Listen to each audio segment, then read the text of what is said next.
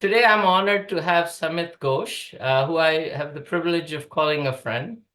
He was a hardcore banker, a Wharton graduate, a successful city banker, worked for several banking institutions throughout the Middle East.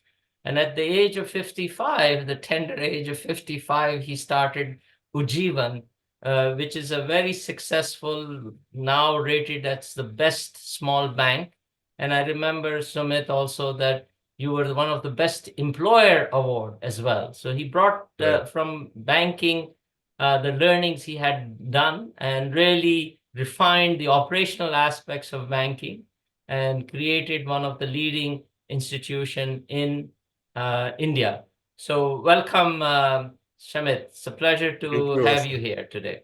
Thank you very much, Asad. It's great to Good, see you all. good. So, Samit, maybe the first question I can ask you is after a very successful, clear career in banking and certainly going to some of the best schools like Wharton, what led you to start? What was the spark to start Ujjivan? I always tell this story, that we all, as you know, Asad, we come from a middle class background. And when we started our careers, our material pursuits are always on the top, professional career, to become financially secure as soon as possible, all that, have your own home, etc. So I pursued that for about 30 years, starting my career with Citi and worked half in India and half overseas. And then at the end of 30 years, when I had sort of materially and professionally as a banker achieved whatever I wanted to, uh, I always say I had a conversation with my long dead dad. My dad was, he came from that, Asad, all our parents in that independence era. Yeah, So they were full of idealism. He was a doctor yeah, and he was in the army during the Second World War. As soon as the war got over, he joined the Indian Medical Service, and he worked in the coal mining areas of Bihar at that time, because there were hardly any hospitals there, and the Indian government was working to set up hospitals for the coal miners. So he gave up everything, and that idealistic kind of background. He started. So my early childhood was there, in the coal fields in Bihar, and that got into my DNA. yeah, So I had a chat with him. I said, Dad, because he died when I was 10 years old. And yeah, so we were in quite a fix actually when he died, because uh, so I said, Dad, I've achieved all this, financially, professionally, this, that. Are you proud of me? And he sort of told me, so what? yeah, I was a bit shocked with this answer. So what? So I started thinking, and then I thought that, in his goals in life, his values, these were not that important for that generation, right, of our parents. So I said, I can't become a doctor. So what can I do now at age 55? Why don't I see if I can do something which has got a significant impact on the society, you know? And all the things I've learned in the university and the banks I'd worked, I'd use that and do something which has a significant impact in the financial services field in India. And as you know, in our parts of the world, the poor people don't have access to financial service at all at that time, at least. Now it is much better. So I said, why don't I work on that? And that's how I got started in this area.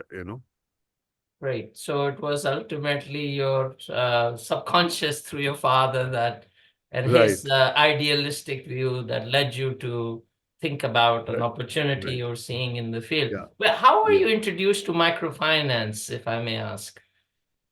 So, I mean, when at that time I looked at what I could do, and I looked at what was happening in Bangladesh and also in India, basics, Vijay Mahajan and other these guys Yes.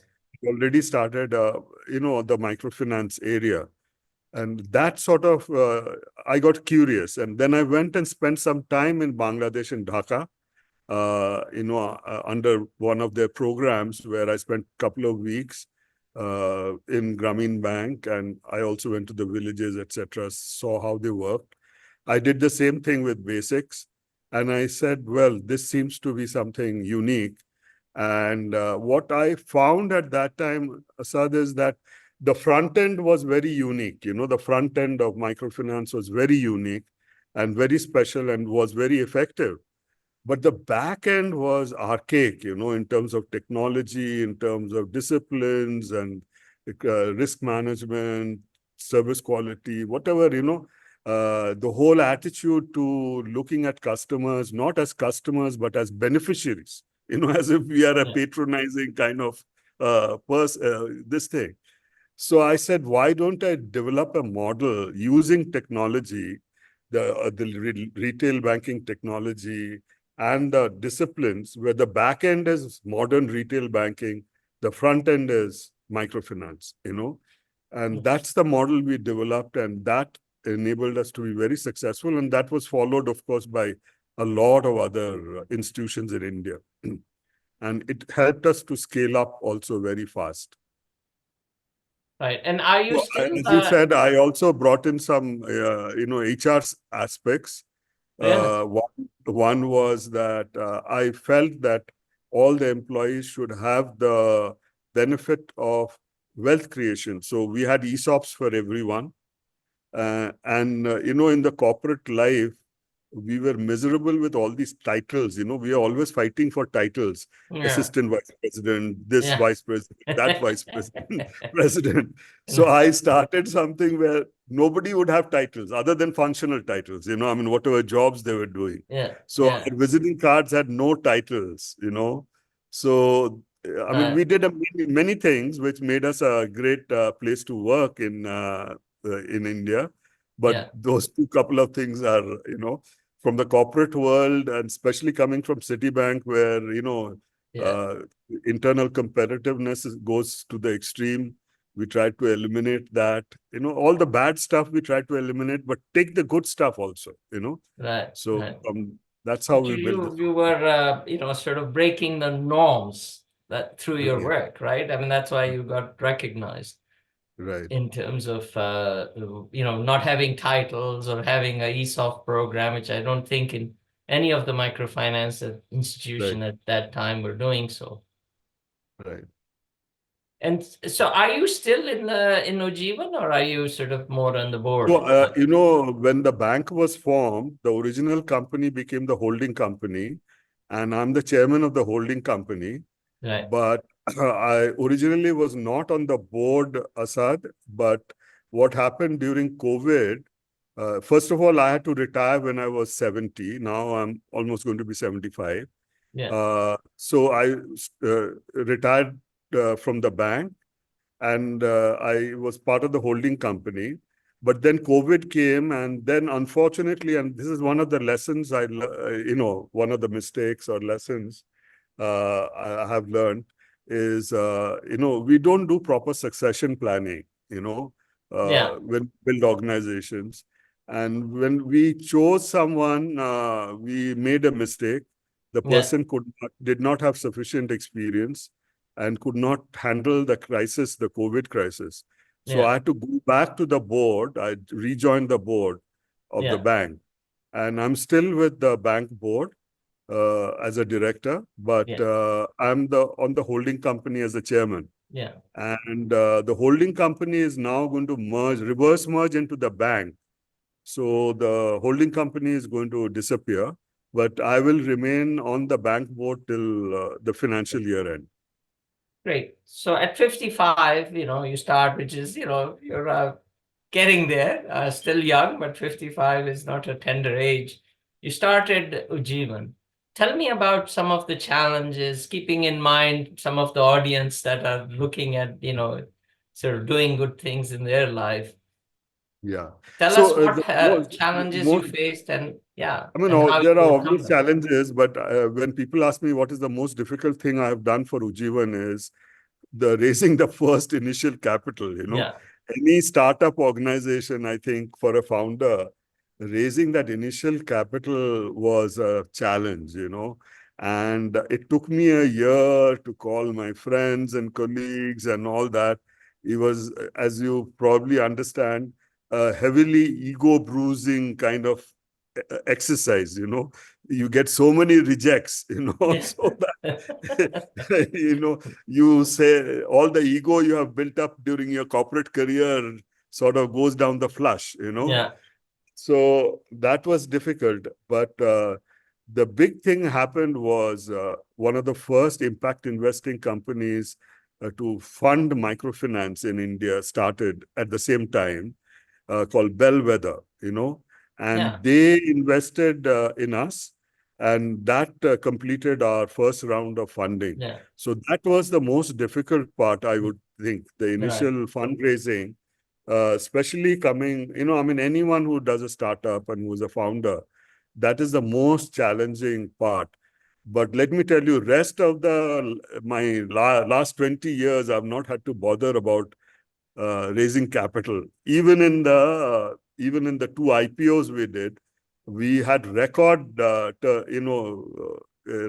IPOs. I never had to bother about it, but that first round was really terrible. Yeah. And that And first round, frankly, how much did you raise in the first round and from it was Bellwether? two point two 27 million rupees. So that's 2.7 crores, 20 point, 27 million.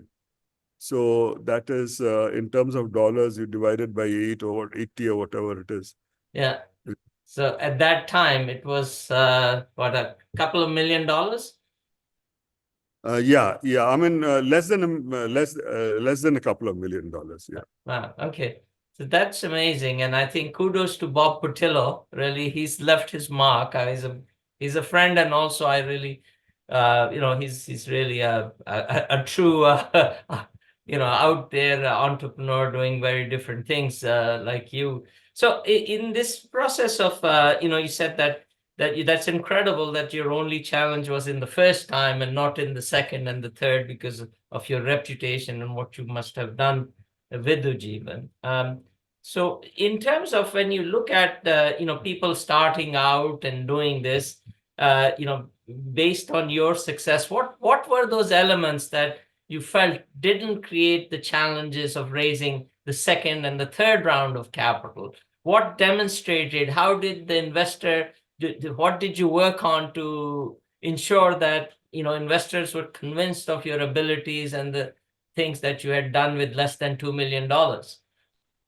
So I think, as I mentioned to you earlier, we had a unique business model, Yeah, so that and we were pretty straightforward, I mean, about our business model and everything. And we also were the first ones who focused on urban microfinance in India. So we took a lot of, I mean, but these were very calculated risks in the yeah, sense that most people were in the rural area. So the competition was very intense in the rural area. The urban areas, there was hardly any competition. So that was, so it was a wide open space. So that is one thing. The other thing is we always ran a pilot, we didn't jump into something. We ran a pilot. In Bangalore, we started with about 13 branches. And for the first 18 months, we ran a pilot because a lot of people kept telling us that, we were adapting the Grameen model. And the Grameen model is largely rural. yeah, So the people kept telling us, there will be no social cohesion of your customers, mm, etc. But we tested it out for 18 months, and once it worked, and then we scaled it up. So that is something. The whole thing, I think, from a perspective, very professional uh, approach. I think that helped. The other thing, I think people, whether it's an IPO or whether you're raising individual, capital, people look at the founder, they look at, is this Yeah. guy capable? Is this guy honest? Is he actually going to make a genuine, attempt, Yeah. So the Yeah. credibility of the founder and the capability of the founder is very important. I think from that perspective, and you have a credit. I mean, you are trying a model which people understand. I think you are testing before Yeah. you jump into something. All those things I think help. Right. So establishing your credibility and creating trust with your investors is really, and Right, that partly, I presume, is based on performance. But even if you right, had challenges, if they have trust in you, that you right. are speaking the truth, and I think that should be a very important part for people considering this. In Yeah. terms of price, go ahead, please, Shamit. The other thing is, I mean, we were of course immediately baptism by fire, because if you remember, there was that Andhra crisis which started, Yes, yes, soon yes, after we started our business. And Andhra was right next door to us, yes. Uh, and even though when we expanded, we never went to Andhra, because we had some basic kind of risk manage. Today, risk management has become very complicated, Asad. I Yeah. can't understand all these bloody models and this Yes. and that they use. I can't figure out. But we had some basic stuff. So we said, okay, Andhra, should we go to Andhra or not go to Andhra? This is before the crisis.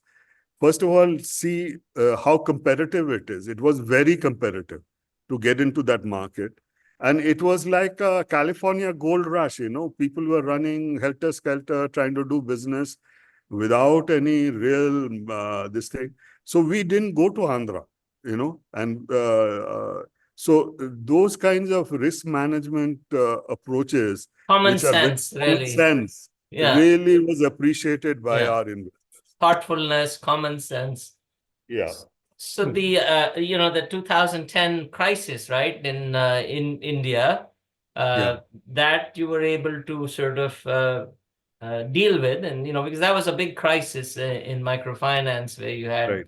all sorts of challenges, but because you uh, stayed in a market that was not very competitive and sort of retained good employee Right. loyalties, I presume, with you, that you Right. were able to do the same to the customer. Was the customer aspect of it played a role in sort of surviving through the 2010 crisis in microfinance?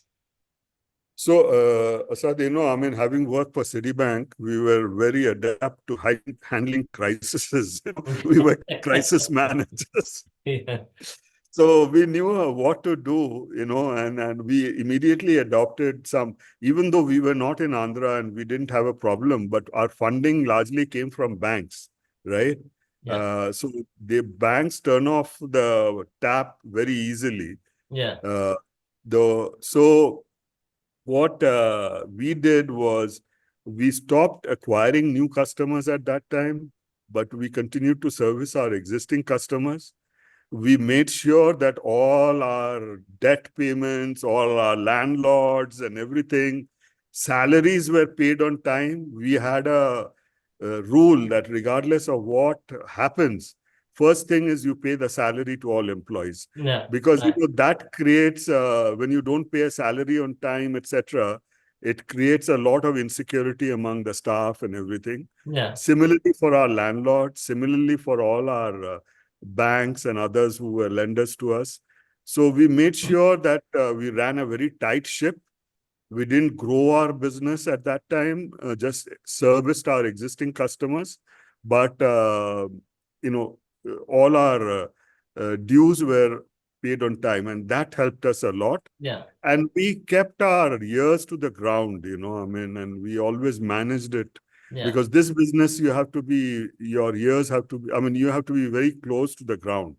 You cannot, like absentee landlord business does not work here. yeah. You have to be in the field on the ground. Yeah, Yeah. yeah, There's a lot of, we are seeing solar companies where the executives are sitting in London and running a business in Africa, and all of them have they suffered or, sort of No, had no, to go that to. does not work. That does not Yeah, work. yeah, especially in the retail side. I would I want to pose this question to you in terms of, of course, Ujjivan is probably one of your hallmarks of success in your life. Are there any other things that you're really proud of that you felt uh, what you did? Because I'm going to ask you the same question about what were your failures and what did you learn from? That's my next question. So Hmm.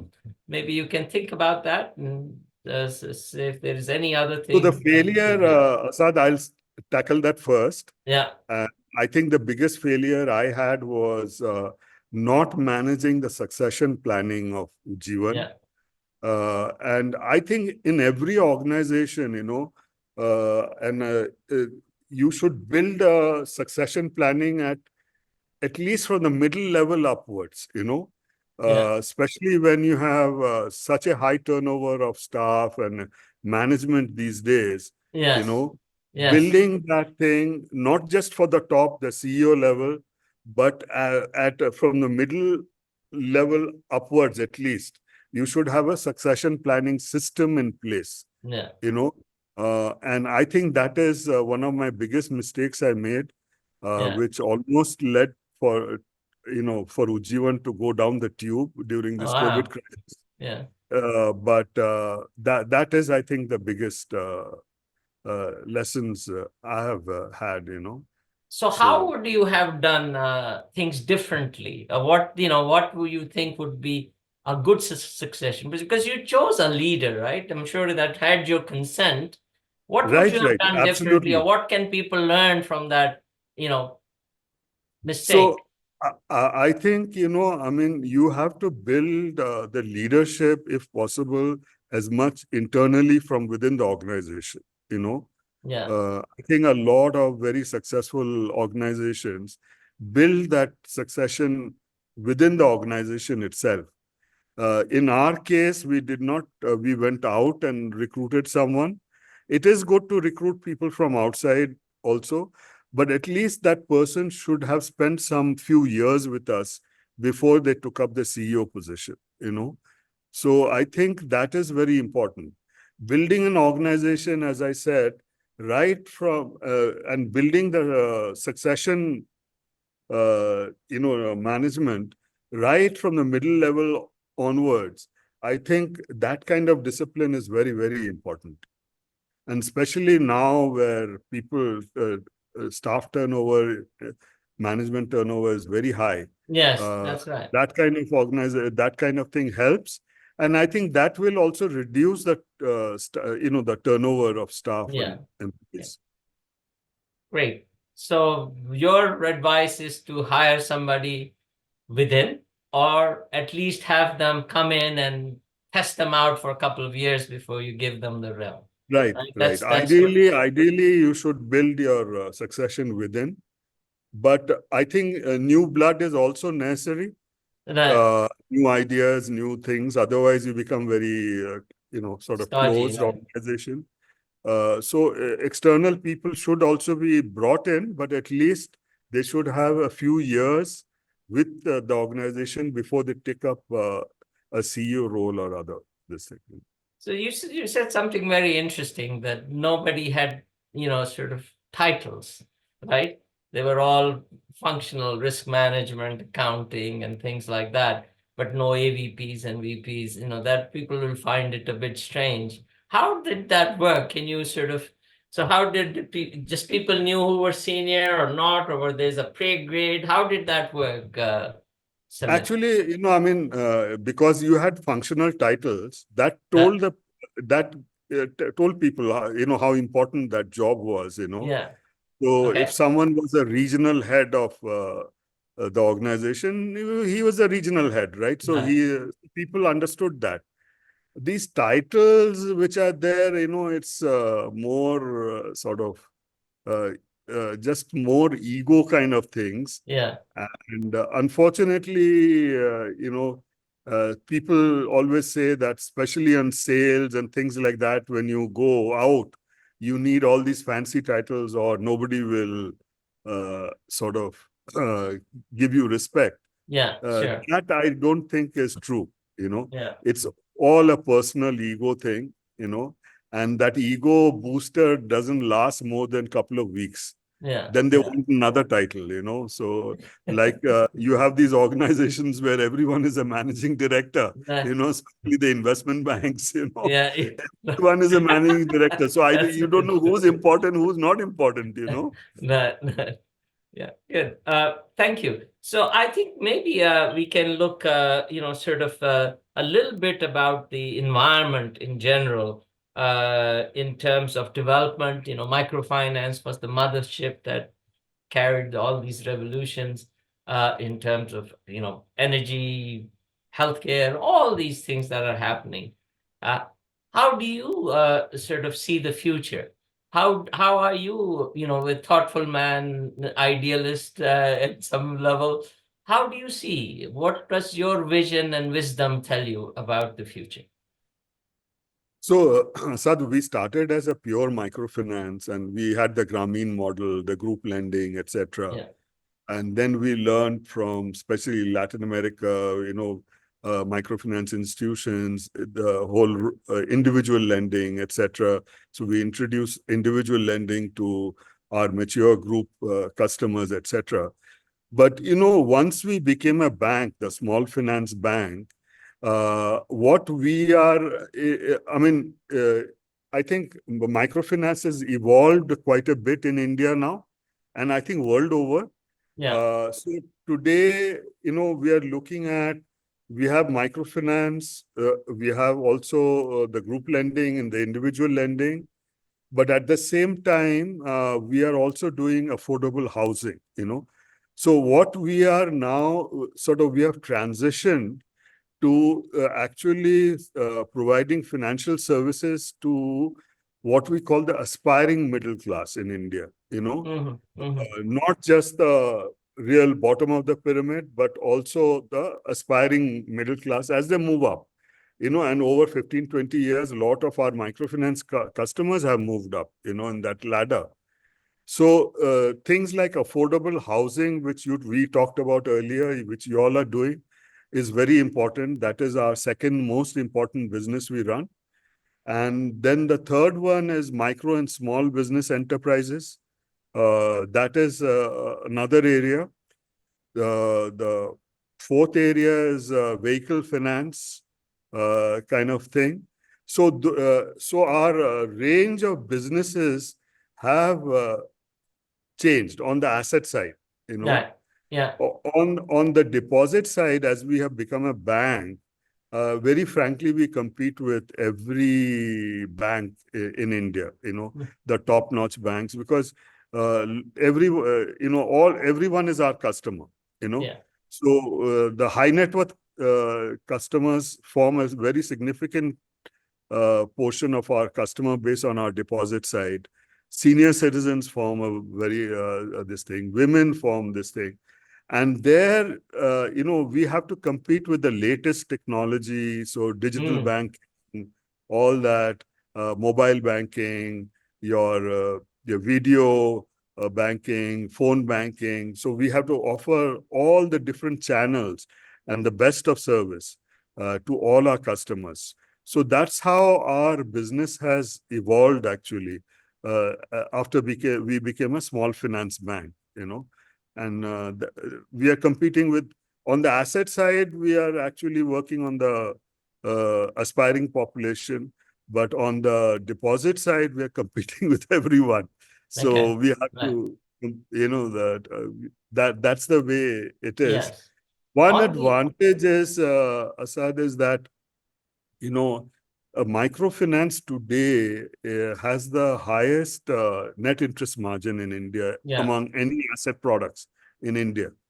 And our portfolio quality is outstanding. You know, I mean, other than during when you go through the crises like COVID and demonetization or the Andhra crisis, which are temporary blips. But the rest of the time, our asset quality is very good. You know, I mean, uh, uh, you know, our your what do you call it? Net in your uh, net cost interest margin. No, not in net in your net cost, credit cost Yeah, is net credit cost after your provisions yeah, is less than 0.5%, you know. yeah, yeah, So it is very good. So that makes us, we are able to afford to pay uh, slightly higher rates of interest on our deposits, you yeah, know. yeah. Right, right. So Great. that Uh, attracts a lot of deposits and customers. So Housing, the business has evolved, you know, yeah. both on the asset side and on the liability side on the Yeah, deposit. right. And you see continuous evolution, and especially you said housing was a important business. So are Right. you doing sort of incremental housing, or is it actually mortgages that you're doing? So we do mortgages also for this thing, but also we have something called the micro lap, you know, which is for incremental housing. I mean, home improvement, and sometimes people take a micro. They mortgage their house also to fund their businesses. So these are small loans, relatively small, so they would be micro lap would be about 5 lakhs, 500,000 rupees, whereas your affordable housing would go up to 20 lakhs or something like that, you know. Right. And we are also focusing on tier two, tier three towns, not necessarily in the Mumbai and Delhi, which are Yeah, very, very yeah, expensive yeah, properties, you know. So that's how our yeah. affordable housing business is. Right. This So that 20 lakh, just for context, how much is that in dollar terms? Uh, 20. divided by 80 or whatever, So it's 200,000. Uh, yeah, uh, 20 20 lakhs lakhs is divided by 2 million. 80. 25,000. Yeah, Right. So okay, great. Um, so that's incredible because I think housing, like you, I share the vision or at least the idea that housing is the next big revolution after microfinance, really. As you know, you've been part of that microfinance revolution. Like, that right, changed everything, right, in terms of all right, these aspects that are coming out. Um, I think maybe this would be more sort of your observations around the industry, in terms of the role uh, for, development bank or sort of, getting foundations to spur innovation. How do you feel, the foundations can improve their performance? What was your experience? What would you say that we could, if you want to, I always say, if you want to change development, you have to change the instruments of development. And the two main instruments of development are foundations and development banks, early at least development. How would you say, because your initial capital came from Bellwether, a private sector company, most of right. your financing now comes from banks. So, what has been the role of foundations or development bank in the success of Ujjivan?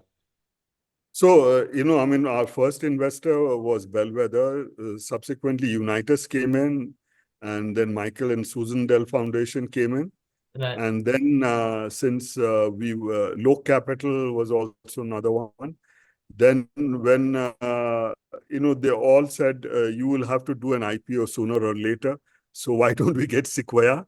Yeah. Sequoia came in, and Yeah. actually Sequoia, we were very scared of Sequoia because private equity, etc. Yeah. But in fact, we had an outstanding relationship with them. And Yeah. they changed themselves, I mean, when they saw the kind of work which we did. And also, we have a foundation which does a lot of financial literacy and Yes. Yeah. I ultra remember poor that. program, etc. So they were involved in that, and that changed them, And when they went back to the private equity world, they took those things back to the private equity world. And especially during COVID, Sequoia actually in India led the fundraising for all the COVID kind of programs, this thing. We had that. And then now, of course, we are listed. So we have institutional investors, mutual funds, etc. IFC also came in. Yeah. IFC, if you can call, you would call them development, this thing. Certainly. Yeah. Yes. Yeah. IFC they are still with us. Yes. Okay. Once IFC comes in, they never go. Yeah. That's Others have good. gone, but IFC is still there, so they are very much there. We had the Dutch development funds also who came in, FMO. FMO and all that. They Yeah. they were very supportive. They have left also. Yeah. But IFC is the only one among the development funds which are still very much there. You Right. know, so I think today, a lot of changes which are coming in is also because, Asad, because of technology changes, Yeah. Sure. and the fintechs and things like that. They are actually forcing us to make a lot of changes. So one of the unique things I must tell you, we have something we introduced. I told you, mobile phone for our regular retail customers. Yeah. So we also have been trying to bring our microfinance customers who are semi-literate or illiterate also up this ladder of technology. Yeah. So we've introduced these QR code payments. Yes. Uh, That's incredible, really, to see that so in since India, a small, yeah, telewala yeah, with a yeah, QR yeah, code on the thing. yeah, QR code payments are very popular. Yeah. Then since most of them don't have a regular address, we have geotagging of each customer, where they live, etc. So we can easily find out where they live, especially for collections and all that. That's very useful. The other thing which we introduced was a mobile phone, which is where a semi-literate or illiterate person can use, because this has got communication mostly by video, voice, and vernacular, 9 languages. So they can do a lot of transactions through the phone. And we are actually trying to, the next step, where a repeat loan, the customer would not have to interact with anyone, but they would be able to take it from the mobile phone, you Hmm. know. So we are also trying to bring them up the technology sort of, and they adopt to technology because it is it gives them convenience. As long as you give them convenience and you teach them how to use it, that is something. So I think, you know if foundations or development institutions work on this technology side, I think that would be very useful. Right. So technology can leapfrog the barrier, especially with high volumes that you are, Right, have. right, right, Great. right. Um, if you were to have a wish list, sitting back and seeing, around you how impact investing is evolving, what would you like to have? What tools would you like to have to hasten the pace of progress? Because, there are also challenges in the impact industry. From your point of view, if you were living in an idealistic world, what would you like to have? What do you think can really spur the growth of impact investing broadly, or microfinance in general? So, Asad, what our experience has been, uh, most of the impact investors who were there were with us at early stages of our existence. But once we did an IPO, etc., they have moved out. I think that's not within their charter Yeah, to actually fund the publicly listed enterprises. But I think there is a role they can still play there. And as an investor, and bringing in the new ideas, new technologies, and all that. Even if uh, some Ujjivan, which has become yeah, publicly listed company, I think I would say that impact investors should look at that prospect. Is it? I mean, why don't they get into these listed companies? You yeah. think? Right. And yeah, I mean, I guess what I'm hearing and what I'm understanding is that having important partners like FMOs with their stature and credibility is still important post your initial stages to grow and to, sort of opt in private sector investors. So having Right. IFC puts a seal of approval to private sector investor. I presume that's what you are sort of Right, right, looking at, right, and right. that uh, Yeah. is part of And what you think. apart from that, the seal of this thing, I think they bring in a lot of new ideas and approaches also, Yes. which I think is now missing. I mean, Yeah. apart from IFC, we don't have anyone else. Yeah. So I think that would be that is an area one I think impact investors should look at, even investing in sort of listed companies, etc., which have grown. Yeah. And in terms of as you are, is- you know, what you said was the most difficult part for you, Samit, was the initial capital, right?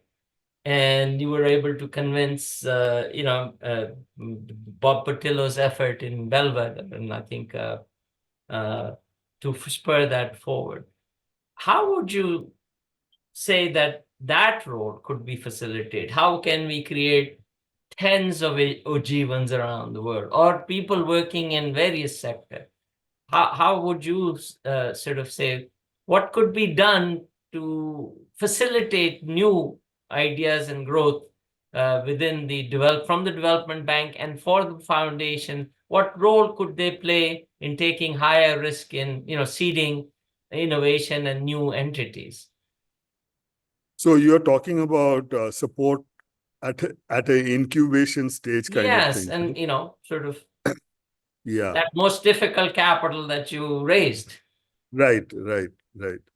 I don't know. I mean, now they've become all these impact investors have become so specialized Yes. that there are only a one set of investors who come in at that very early stage. I think that needs expansion. You know, Yeah. that because there you need a lot of support, and it should not be left to just a very few of those who are at that very early stage investors, and more attention and money needs to go into this at the incubation level. I mean, it's a bit like the football teams in it's not just the Barcelona's the top team, but Barcelona has three, four, five teams, Yeah. including women, right? Yeah. Yeah. Yeah. So, so Barcelona club supports all these different levels. So Yeah. I think that is something which the impact investor should look at. Right, right. So yeah, what if I can repeat what you said or summarize, is that there should be several instruments available to development banks, from high risk initial seed capital type of work, which development Right, banks don't do, right? They only right, come in right, at this senior level. But right, even though that their money is fiduciary, non-fiduciary in nature, it's meant for right, development. So what you're right, saying is that element of it, really risk-taking, early stage capital, the most lacking, the venture or the angel investor in impact investing is what what you think would be on your wish list for the growth of the right. sector. Right. Okay.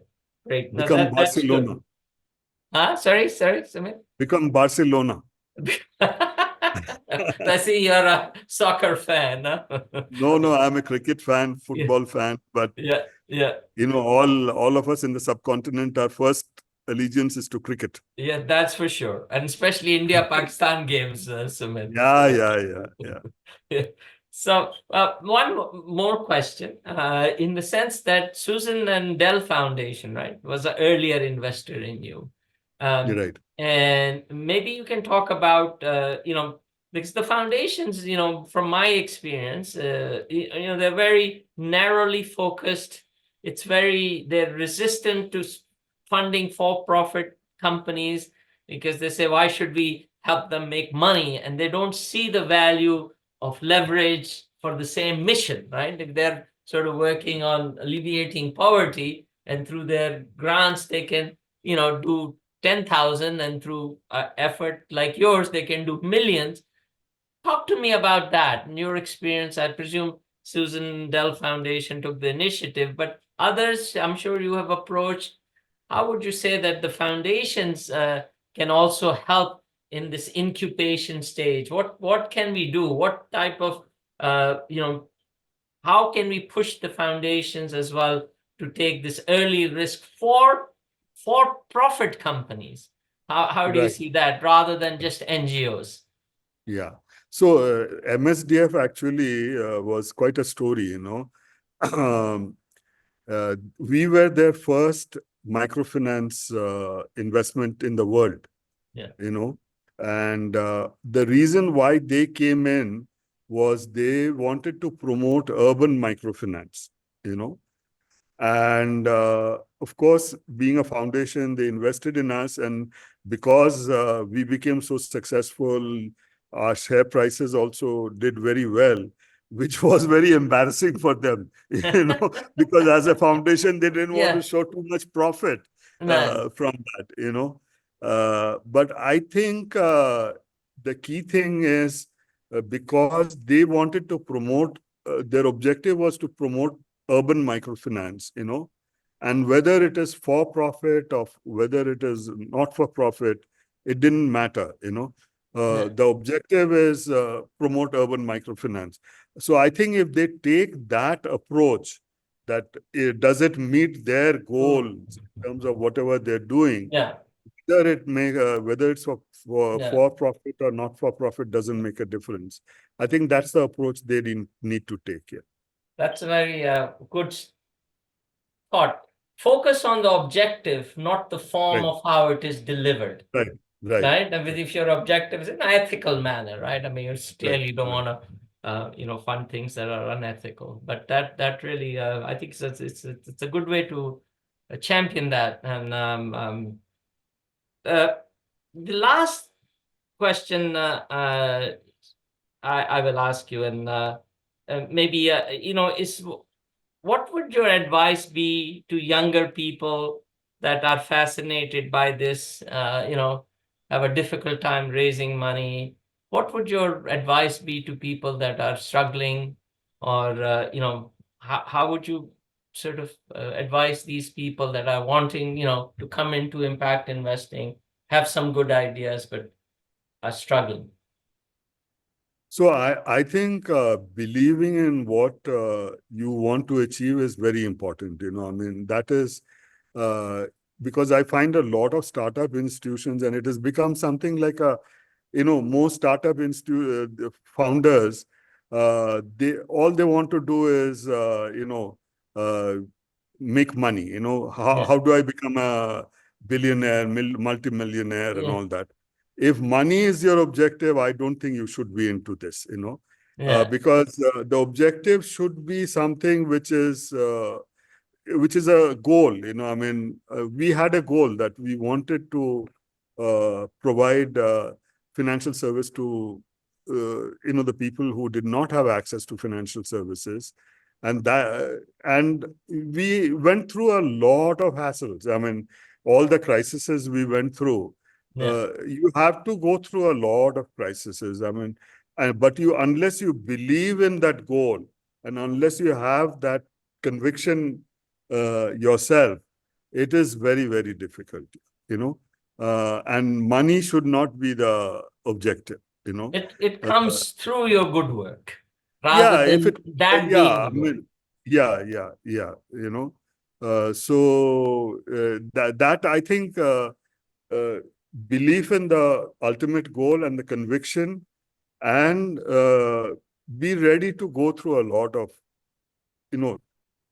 crises and Right, a hassles. lot of It's not going to, rejection, like you said in the first yeah, part. it's not going to come easy, Right, yeah, So, because often you hear of this Steve Jobs or Bill Gates, straight from the garage they become people think from the garage they become a billionaire overnight. yeah, yeah, That did not happen. They went through a lot of hassles yeah. till they made it. So And they're not yeah, all of them, right? There are a so lot of yeah, you startups have to that didn't be, make it. yeah, you have to be ready for that. You have to Yeah, be ready. yeah. Yeah. And I think the importance of pivoting, and being once you have a conviction, but you're obviously seeing that that's not working. then you You need have to to sort of learn. pivot. As you Right. go, you keep learning, you have Yeah. to ready to change, Yeah. but the ultimate goal should be there, that Yeah. that doesn't change. So I think what I'm hearing is an objective that goes beyond yourself Right, is right, really inspirational for you and for your team, right? right. Ultimately, in terms of yeah, yeah. Thank you so much for your time and your wisdom, and I really it's a pleasure to talk to you. And I wish you all the best in continuing the progress of Ujjivan. Thank you, Sumit, and Thank you. Thank you.